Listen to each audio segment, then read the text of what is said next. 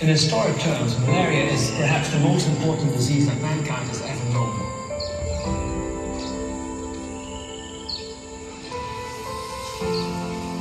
It's been estimated that every second person that ever has lived on the planet died as a result of malaria. That is 52 billion people overall.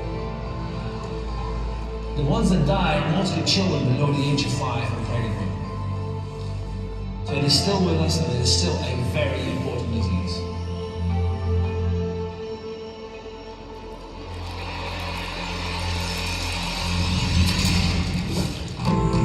There's literally thousands and thousands of mosquitoes breeding here in these rice paddies, and people, the villagers, are right around it. So that means that the mosquitoes that come out of these rice paddies, they will fly to these villages, they will bite people, and as a result of that, we will have a lot of transmission of the disease.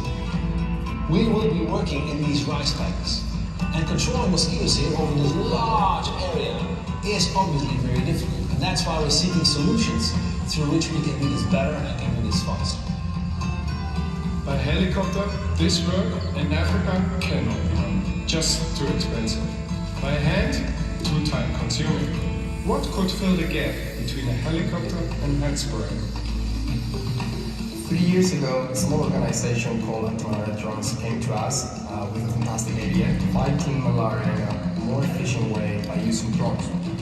For that purpose, we had to customize one of our off-the-shelf platforms called Agras MG1S.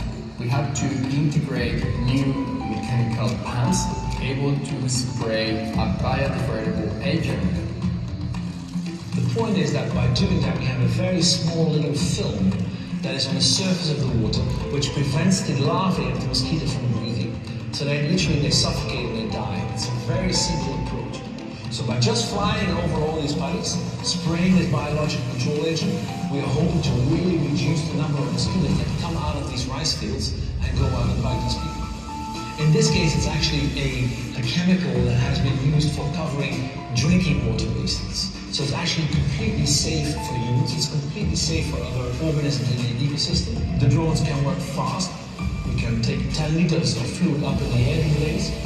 It's fairly easy to train people to use the drones and actually fly them. It is beyond any doubt that if you get rid of malaria altogether, it will have an enormous socio-economic. Very simple. We get a healthy farm, that means we get a good crop yield. That means there's more income for the family. That means there's more education for the children, and everybody will benefit. You're going to have an impact on all other elements of society. It's costing the continent of Africa more than $12 billion per year just to have people being treated with drugs, taken care of, etc., etc. If we integrate the technologies that we have today, the nets, the spraying, the drugs, the diagnostics, everything that we have today, but we add on the new tools, for instance the drones, that we may actually achieve going down to zero and keeping it. And that's really important. So the first part of the project has just been finalized. Now it's all about the local community here to continue with the data gathering processes. Once we have it all, the last part of the project starts, when we will analyze all that data and we will scale up this project to all affected regions where this type of technology can make a difference. We treated this field yesterday, and I'm really happy to see there are no new mosquitoes in it today. People have been suffering malaria for thousands of years. In fact, we've been fighting malaria for decades. And now we have this type of technology, we have the drone technology to win this battle against malaria once and for all.